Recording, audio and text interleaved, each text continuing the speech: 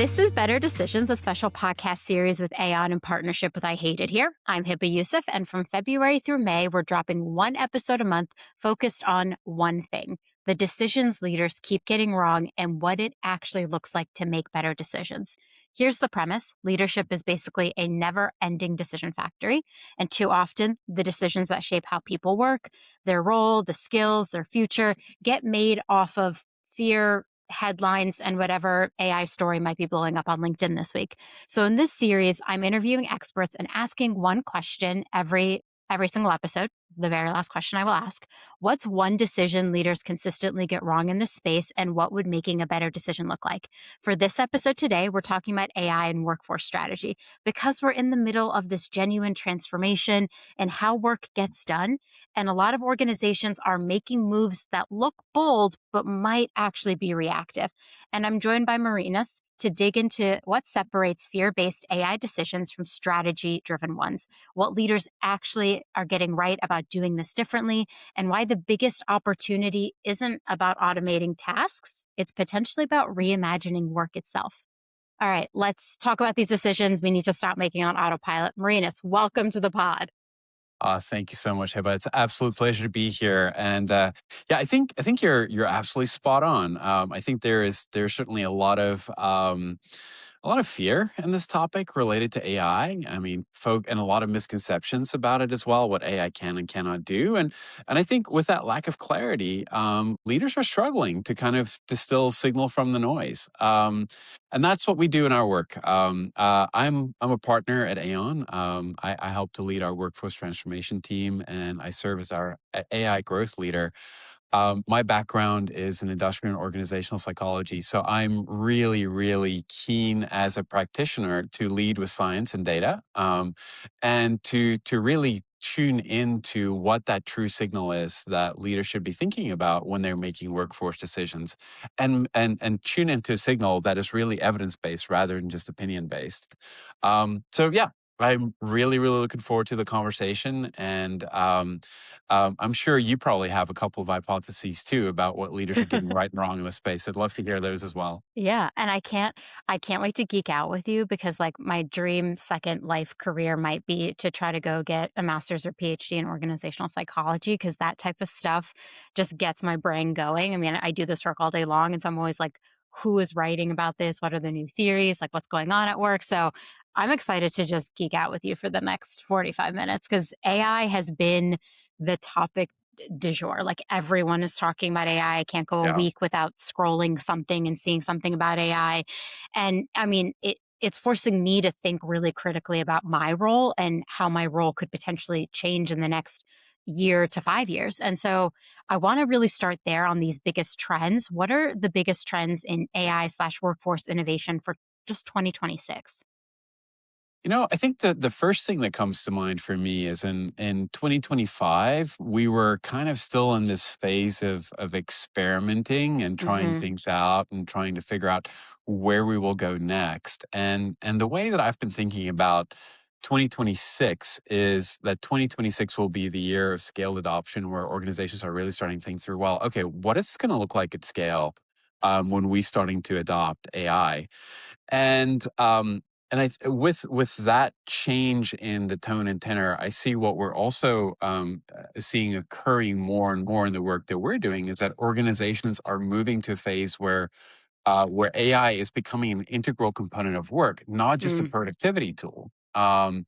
And I would say up until now, a lot of organizations have used AI to kind of look at how to do work faster and hmm cheaper. For me, if you were to kind of like think about where that falls in the spectrum of value, that's really the shallow end of the pool. hmm And where it's really meaningful is to start thinking through, okay, well, what is work going to look like in the future? How can we do it differently? And that's where I think that the conversation will evolve to in the next year or so. And in my mind, there's a lot of really cool analogs in the not too distant past that we can refer to and learn some lessons about how technology actually changed work. So, if we were to think about kind of this continuum that is talked about, working faster and more efficiently versus creating value in a different way, we can think of something as simple as maybe just like the barcode. You know, we all see barcodes on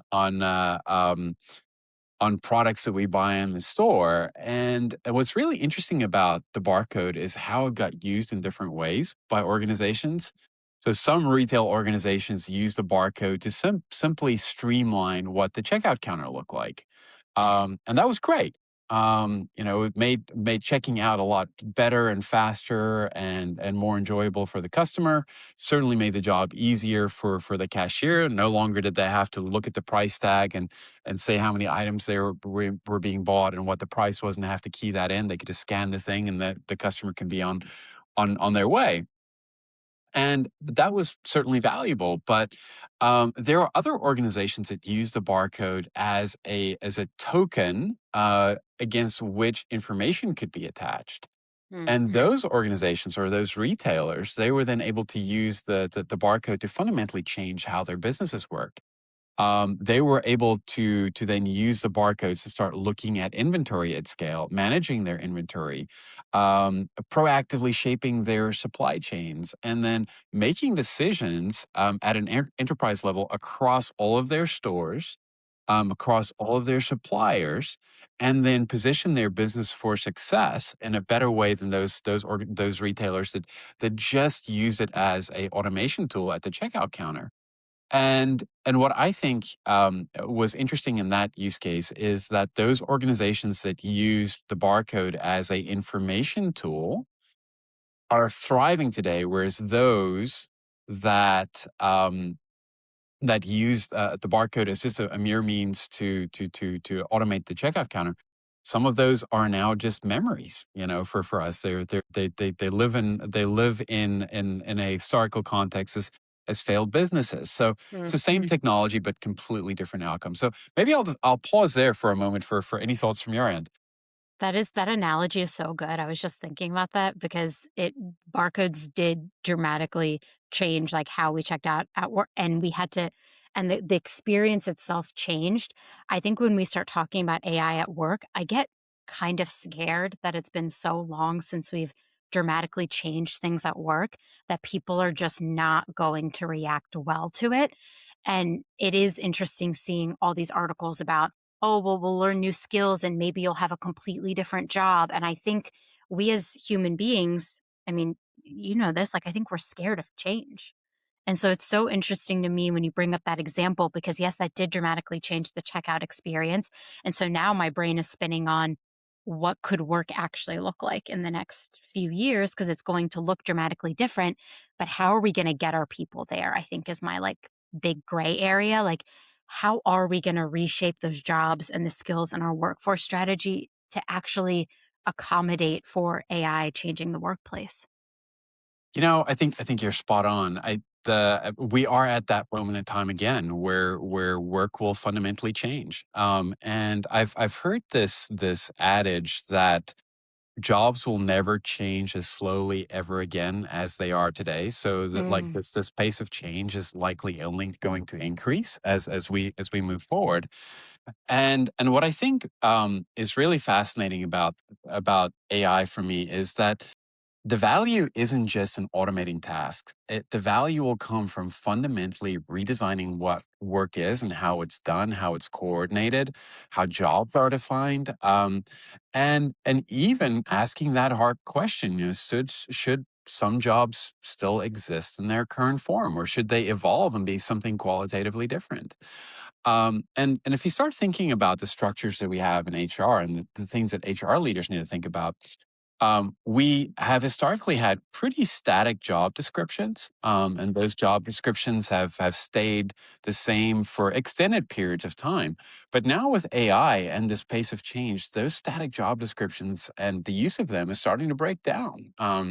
Work is becoming more modular, if you will. mhm. It's more skill based and it's more fluid. And we continually have to ask ourselves, well, how are we creating value as employees, as workers, and as HR leaders? And how are we positioning our people to continue to create that value? And therefore, we need to start thinking about work in a completely different way. So, how can we help our employees build the skills that they need to have in order to excel in this new future.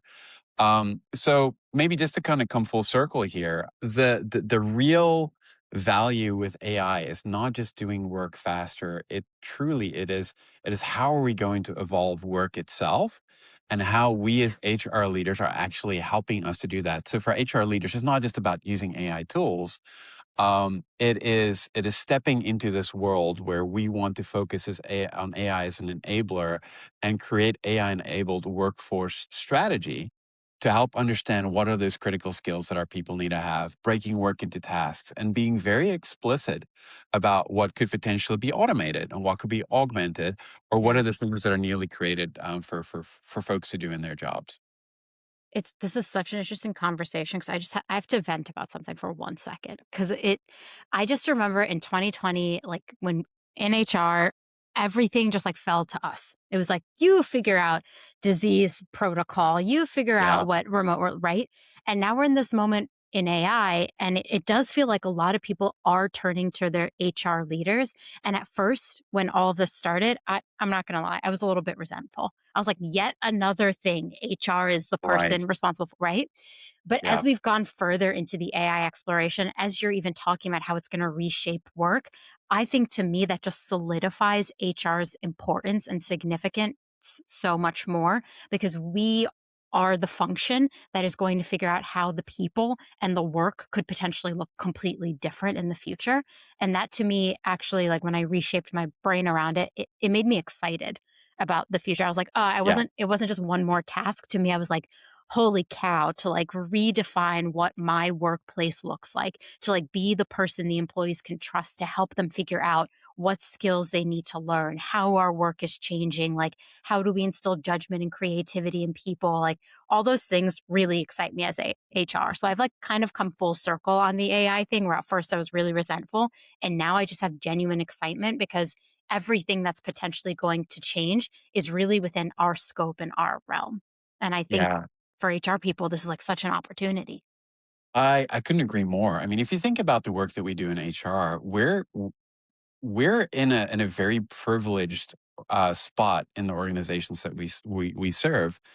And I can say that having been formerly a head of talent at a large packaged consumer goods organization, there is no other function that understands what work looks like across the organization more so than HR leaders do, or the HR function does. And then the other element that I think is really interesting in this space too. I was fortunate to attend um, uh, a large AI tour stop event that was sponsored by Microsoft. And as we've been collaborating with them, we've been able to participate in some very deep conversations with them, and shared client organizations, and then also listen in on conversations that they were hosting. And the key learning there for me has been that AI deployments as a technology tool, they either succeed or they fail at the human Hmm. layer. And we as HR leaders are the stewards and we are the shepherds of how our people adopt and use AI, and also how work gets reshaped as a consequence of AI being deployed in organizations. So yeah, again, I think we're in an incredible position as HR leaders to be able to lead our own organizations through this change, and probably more so than just about any other function in your organization. Yeah, I love that. When everyone's like, HR needs to earn its seat at the table, I was like, my seat is cemented. It is literally at the table, not moving because Yes. everything is changing work and I need to be in that room every time to talk about it. It is interesting because like while we could lead it, we're not alone, right? We have our leaders Yeah. that also should be really thinking about it. So if AI is fundamentally changing like our people requirements of work, what do other leaders need to know now to get it right for their people and their businesses? I think it's moving away from that binary mindset that it's the humans versus the AI. Yep. Um, we've all seen the Terminator movies. We've all seen the Battlestar Too many times. Galacticas and all the others, right? So, Too many times. um, so for me, it isn't just it's not AI versus people. It's people plus AI, Mm, or colleague or employee enabled AI, and and whether that combination actually produces better outcomes, both for people and for organizations. And where I see organizations really struggle in this space is where they're bolting on AI to existing processes. And from my point of view, that almost always disappoints. Like it just doesn't quite work. And the better approach is to design workflows, assuming that AI is already a part of how work gets done. And for me, if just to come a little bit closer to your primary question, like what should leaders do differently? I think there's three things that leaders should be doing right now. The first one is getting a very clear picture of where AI is fitting into your organization or your company's value chain. Where does it give you better visibility or better coordination or better insight? And what higher value work could AI unlock for your people? So that's point number one. Point number two is really starting to think through about what are the skills that people actually need, not just the tools in order to do their work differently and better. And for me, AI isn't just about prompts. It's fundamentally about judgment, knowing what to ask for, how to interpret outputs, and then ultimately how to redesign work around all of these new capabilities that we're creating. And then the third one is to kind of think about the big picture. So redesign work end to end. And a lot of us are kind of drawn in by the simple argument of, oh gosh, well, we can create so much efficiency with AI. So it's not just about streamlining the tasks. It's more about thinking, well, what is possible? How could work fundamentally change as a consequence of AI? What new work is possible? And therefore, you can look in roles and ask things like, well, what should be automated? What should be augmented? And how should the work that people do evolve as a consequence of AI enabling them to do net new things?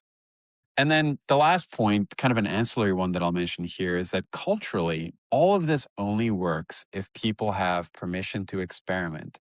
So Yep. therefore, leaders need to be able to stand up and say, we're using AI to elevate work, not just to cut costs, and then actually back that up in a very meaningful way. Yeah. Do you remember when, like, maybe it was like 2015 to like 2019 maybe, psychological safety was like the number one thing Yeah. everyone was talking about. And then it feels like it kind of tapered off with like remote work where you hear psychological safety, but like not as much as I feel like we were talking about it back then. As you were saying, like people need to have the freedom and time to experiment. I came right back to that psychological safety piece. Like if your employees do not feel psychologically safe, they're potentially not going to be curious or even want to experiment with AI. I agree. I think if we're all thinking about AI as something that's going to take something from us, then naturally we'll operate from a fear-based point of view. Yeah. And I think for HR leaders, there's a lot to be done to take that fear away. So if we think about traditional talent management, we're thinking about managing things like performance, and Mhm. there are very clear metrics around what performance could look like. And it's also predicated. Talent management is predicated by this notion that, well, people will be in these same jobs for a long period of time. They'll climb the ladder. They'll go Yeah. from one to the next, one step to the next, or one rung to the next rung in the ladder. But what we typically don't do is we don't incentivize people to work themselves out of their own jobs. And if No. you think about that, it's like if you're taking this thing with AI to its logical conclusion, is like we're basically asking folks to generate efficiencies, and we are asking folks to engineer processes where they can fundamentally do something different. Now, as HR leaders, we need to create a space where that's safe to do, and we need to create that next destination for folks to go in the organization. Otherwise, it becomes a self-defeating exercise. Yeah, that fear though is it's like everywhere. I feel like it has permeated every conversation I've had with people. As somebody who considers herself like somewhat fearless, I still feel this pressure and this like kind of scaredness about what the future could look like. Like how can HR and business leaders actually separate like fear-based decision about AI into like strategy ones, especially when I feel like all of us are under this pressure to keep up. Like my Yeah. CEO sends me a new Twitter thread every single week about a use case for HR. And I'm honestly like, I don't have time to keep up with all this. I have 8 to 10 hours of work to do a day. And my free time, I'm trying to live a life. But now I'm reading about AI on my weekends and my weeknights. Like, Let's start there. Like, how can we Yeah. separate the fear based decisions from actually strategy driven ones? Yeah, I think there's so much spin and there's so much keeping up with the Joneses, if you will, when it comes to Yeah. AI. And I think a lot of organizations feel like they're very far behind when the reality is everybody's just kind of getting to that first step on Hmm. the staircase. Some are a little bit closer. Maybe some have put their foot on that first step. Maybe some are getting ready to take the second step, but we're all kind of like there. And I think having comfortability with that is really important. Just acknowledging that this is a journey that's going to go on for the foreseeable future. And I think organizations that are acting out of fear, they tend to have rushed pilots. They'll go and select a tool, deploy the tool, Oh, and yeah. maybe it works, maybe it doesn't work. And I think the thing to anchor to is not so much the tools, but it's the problems that we're hoping to solve. And I think we all can, if we just kind of buy ourselves a little bit of time, and we say, look, we're at a novel period in history here. Things are moving really, really fast, but um, let's make some sense of it. And you can go and say, okay, well, what are the problems that we need to anchor to? What are the opportunities that we have in our organizations? And then figure out how AI can slot into those opportunities. That will lead to a much more mindful approach on how to deploy AI, and it won't feel quite so harried and rushed and discombobulated as I think it is feeling in many organizations. So you can just kind of ask yourself this question: Are we being a strategy led organization? Do we have a business strategy for using AI, or are we using AI because it is a novel and interesting tool? And if you can say we are a strategy led organization where we're using AI as a tool to solve our business problems, I think you're definitely in a better space than when you're not. Now, the other element I think that's really critical here is that fear of the individual employee too, right? Mm, So, yes. I think it's not just a leadership topic, but it's something that leaders can help with in organizations. And how leaders can help is communicating accurately and clearly, even when the future is a little bit muddled. I think in this case, honesty really, really does matter. One of the things that we shouldn't do is we shouldn't pretend that work and jobs won't change. Hmm. The fact of the matter is they will change. Yeah. And I think what we all know and can acknowledge here is that AI will make the proverbial pie bigger for everybody, whether it's for a company or for employees. But how that pie is going to be sliced is going to look a little different for everybody, and it's still a little bit unclear. So it's essential to kind of pair this honesty also with some clarity, by articulating this is what we're investing in, this is why we're doing it, these are the principles and the values that we're following as an organization, and this is how our people will be supported through this change. And then the other element that I'll just mention here is that concrete examples help. Stories beat slogans any day of the week. Yeah. um, and and what I will say is that as organizations are embarking in this journey, there needs to be a two-way conversation where people have the space where they can ask questions. Again, like we talked about earlier, they can experiment, but importantly, relay their learnings back to decision makers in the organizations, rather than just being informed about all these AI decisions that's being made from the top down and embedded in the organization. So I think there's so much richness that can be uncovered by engaging your employees in the journey rather than just taking it and making it a one-way street. I love that. I always say the employee experience is a two-way street. Like every single conversation should be a back and forth, not just a here's the thing I believe and you should do what I want. And I've even told our employees, like, hey, just like all of you are exploring this new technology, I am exploring it as well.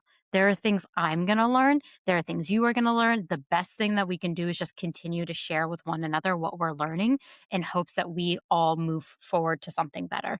And then the last thing I'll add when we were talking about fear based was like thinking about the problems you're solving. Every time I start to feel myself get anxious about something or that I'm reacting out of fear, I always ground myself in the question, what problem am I trying to solve? And if I cannot articulate the problem that I'm trying to solve, I know I need to start there rather than be anxious and have a lot of fear about something. And it's something I've instilled in almost every team I've worked with. Like, just answer me the question. If you are coming to me with a solution, but you can't tell me the problem we're even trying to solve with this solution, we need to go back to what problem are we trying to solve? Otherwise, why are we doing this work? And so I think like anchoring in that can also be really helpful as you're being lobbed things left and right, AI this, AI that. Continue to Right. ask yourself, like, what is this problem I'm trying to solve? And then you can even go one step further as an HR leader and say, like, what is the impact to the company's revenue? Like, that's something I always like to tie it back to, like my company goals. If I'm solving a problem, what is it actually solving? Is it a people problem, an organizational problem, an actual business Right. problem? That type of stuff also helps ground leaders in the things that they're doing and why. Something I think that has helped me a lot in this space is that I am just a startup person. I've worked at 4 startups. I joke that I like love chaos. And so this new time with AI excites me because I'm like, oh, it's just as chaotic as working at a startup. Yeah. As you think about organizations that are seen as leading in this space, what do you think they are doing differently to become these like frontier organizations? Yeah, that's a great question. I think it's my response here will be a little bit of an extension of what I just shared. Organizations that are leading the way and truly like pushing the envelope when it comes to AI is they treat AI as a work and a business model question, not just a Mm. tech initiative. Um, they ask questions like, if we had standardized real time insight into our operations or our workforce, how would we actually run our business completely differently? And for me, that's kind of the crux of it. And as I'm thinking about organizations that we work with, there are a couple of patterns to answering those questions that show up pretty consistently. So the first thing that these organizations do is they start thinking about standardizing how they describe work. Think about the tasks that people are doing in their jobs. Think about the skills that are required to do those tasks, and then collect them into roles or jobs. And then think about the outcomes that could potentially be achieved with AI, and then reshuffle things around in a meaningful way to then adopt AI. And this is a structure, kind of like the basic building blocks, if you will, that allows AI to scale in organizations. I think absent that level of clarity, it becomes really, really challenging and difficult to adopt AI in organizations. Then the next thing that organizations do, or kind of like this next pattern that shows up, is that organizations redesign the workflows and their entire structure, and not just adopt new tools to do the same work in just a different way. They rethink where the work happens, who does the work, Mm. and also how decisions related to that work are being made across an organization. And I think that's really powerful because AI is a catalyst for change. It is a catalyst for reshuffling what work could look like. And then the third element here, and we've touched on this throughout our conversation today, is that they actively manage the human part of the equation by forming this very, very clear narrative, investing in skills in an ongoing way, and then also starting to think through, well, what could a career path look like when work is enabled more with AI? And then the through line for me through all of this is intentionality. These organizations that are leading the way and are true frontier firms, they decide up front what kind of an organization they want to be with AI supporting their mission. And then they align the technology, the processes, their workforce, and also their culture to that choice. Do you see any businesses like by name that are doing this really well that you can share? Yeah, I mean there are a good many businesses that are doing this incredibly well. I probably won't share them by name. There are some retailers that are pushing the envelope in this. I think retail by its very nature is a sector that moves really fast. And as a consequence, there's a lot to be learned in retail. There are also some biopharma companies that are incredibly well resourced, and I think they have leadership that is highly creative, just given the work that they do. And they have done things like incent people to work themselves out of their jobs, and created that psychological safety where that can happen. Now, granted, that can't happen in every organization, but I think those are kind of like two sectoral examples where I've seen things work really, really well. And I also see other organizations that are being very intentional about how they are approaching their junior talent, and starting to think through, well, okay, we can create efficiencies but how do we bring our junior talent along? How do we still continue to have a talent pipeline for the future? And being very intentional about the experiences that are being created for that junior talent, and then also how the work is being reshaped to optimally bring junior talent into organizations to position them for future success in AI enabled roles. I love that. There's so many articles about how we've like the junior layer has been pretty decimated because of AI. And so I've been trying to find like really good examples of who is still investing in that because like people need jobs. Junior talent need jobs too, Yeah. right? So I think it's just been a really interesting time to watch and see what companies are doing. And I like to always keep a pulse check on like what's working and what's not. And so that was really helpful to like mention those two sectors. I'm definitely going to go do more research because I think we all have something to learn. And I wish more people were openly sharing what they're learning about AI. Like I feel like we're getting a kind of mix online where you only really hear success cases, Yeah. and so I'm really looking for people to also share failures because I'm like, that is how I learn best. I need to know how it went wrong so that I can maybe avoid that in the future. But that's not here nor there, maybe for another episode. Yeah. The through line question I'm asking everybody as part of the Better Decisions series is what's one AI decision companies keep getting wrong? And what would a better decision look like? I think it comes down to looking at AI as primarily a cost cutting lever. In a That's lot what a of lot of organizations. companies are doing. Exactly, and a lot of companies are actually backpedaling on that too.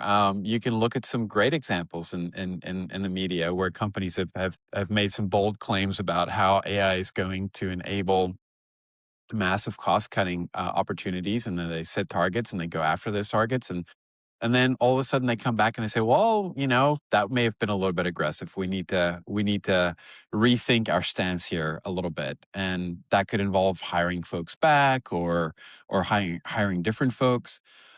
So for me, that's probably the one thing that we keep getting wrong. It's a bit of a myopic perspective on the deployment of or the use of AI. And if we were to come back to that earlier barcode example that we had, if we think about cost cutting as like the key driver here, the barcode, referencing the barcode example, is kind of like it's the equivalent of automating one small part of the process and Yeah. never asking, what is the thing that that barcode could actually enable? So we need to start thinking through, well, how can we use AI to provide us with better intelligence and help us to coordinate our businesses better and do work in completely different and new ways? Instead of asking or saying things like, where can we start with headcount? The better question here is, what low value work can we remove? And how can we invest that capacity into higher value AI enabled work? So, how can we help people to elevate their craft Yeah. and do more with the tools that are at their disposal? And then I think at the individual level, again, the most powerful shift is moving from how can AI help me do my job faster to if AI is now the new thing that I need to consider in my job, and this is a standard that I need to aspire to, what job actually makes sense both for me and for the company? And I think if we all ask those questions in a truthful way, we can create more value at the organizational level. We can create more value at the individual level, and also individual employees can be placed in that path to create value in a more effective way. Yeah, that's amazing. You were talking about that, and I was thinking about the answer for myself actually, because I was like, oh, that's so interesting. Because it watching us all just say like use AI, it just really upsets me because I'm like people are anchoring on the you we're trying to cut costs and I'm just trying to do my job faster. But I think when you Mhm. pull back the layer with those questions that you asked, we actually get to like a deeper, more fulfilling, and beautiful part of work, like where we can actually spend our time honing that craft, like you said, and not just executing on simple tasks. I think the last thing I will add plus one to all of that is I would encourage people to like actually document their work because I think the problem that a lot of people have is they're trying to use AI without actually documenting what their job is. Like, what is my day to day process for how to do this? Because then once you have it documented, you can actually use AI to ask, like, what part of this could be automated? And then you get back maybe 4 hours to your day to go do something way more interesting than that task that used to take you 4 hours to do. Yeah. Yeah, I think just doing something as basic as a journaling exercise and if you can just get back to something like that where you do a little bit of daily meditation and start thinking about where the pressure points are, where are you getting stressed? And then thinking through, well, gosh, if I were to use AI, could I release some of that stress? I think that would just lead to a more fulfilling outcome. Yeah, I would like to be less stressed at work. So that would be so Wouldn't we nice. all? It would be so nice for me. It'd be nice to wake up not at a stress 10 out of 10 every day. But this has been such a helpful and interesting conversation. I think this will really help people start to think critically about what we as HR can do to help make ourselves make better decisions, but also teach our leaders about how to make better decisions. Because I think that judgment piece, calling all the way back to, you mentioned judgment at the very beginning of our conversation. I think like judgment is going to become a new currency at work where we're going to really look at people and be like, do they have good judgment? Yes or no? And that Yeah. could tell you everything about what their future career looks like. So I was so excited to have this conversation. Thank you. I took notes the whole time too. So I have like a million things to go geek out about afterwards. Well, and just by you saying that, it's giving more value to my liberal arts undergraduate education. I'm kind of like, yeah, like I got learned pretty well how to do some critical thinking there. So Same. Same. there's some value in that. People always ask like how I became the thinker I am. And I'm like, I wrote a lot of papers in college about, That's right. the concept of like war and violence in the international system. I was like a poli-sci major, essentially Yeah, government and Middle Eastern studies. So I yeah. spent most of my day like critically thinking about something and asking myself why a million times, only to end up doing that as my job right now is what it feels like. So comes full circle. It does. It does. Amazing. Well, thank you for spending time with me today. Thank you so much for having me on, Heba. I really enjoyed our conversation.